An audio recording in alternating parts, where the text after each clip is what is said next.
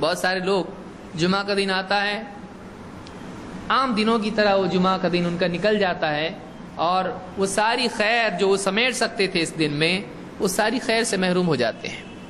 تو جمعہ کے دن کے لیے ہمارے پاس لسٹ آف ٹو ڈوز ہونا چاہیے۔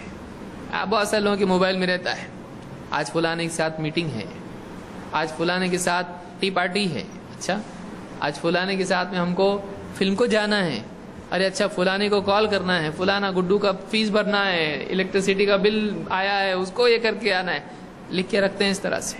موبائل وغیرہ میں بہت آسان ہو گیا آج۔ جمعہ کے سلسلے میں ہمارے پاس کیا ہے؟ آج یہ کرنا ہے، یہ کرنا ہے، یہ آج جمعہ ہے تو آج کیا کیا کرنا ہے ہمارے پاس؟ ہر جمعہ بلکہ ہر دن کے اعتبار سے ہمارا یعنی ترتیب دن کی ہونا چاہیے۔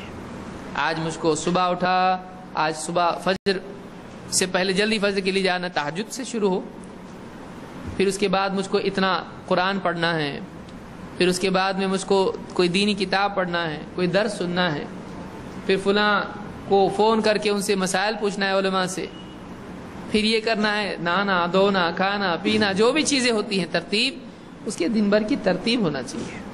ہم لوگ جو صبح اٹھتے ہیں، صبح اٹھ ارے فجر کی نماز گئی، وہاں سے شروع ہوتی ہے ہمارا دن۔ کہاں سے شروع ہوتا ہے؟ کتنے بجے؟ 9۔ ارے پھر ٹفن وہاں بن رہا ہے، یہاں کسی طرح سے گرتے پڑتے کچھ نماز پڑھ رہا ہے یا پڑھا بھی نہیں۔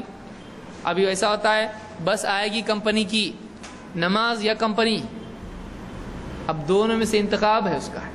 جانے دے، اللہ معاف کرنے والا ہے، باس معاف نہیں کرتا، باس جاب سے نکال دے گا لیکن اللہ اسلام سے تھوڑی نکالتا ہے۔ ہم نہیں چلیں گے تو کون چلے گا پھر اسلام پہ؟ ٹھیک ہے، آدمی اس طرح سے لاپرواہی برتتا رہتا ہے۔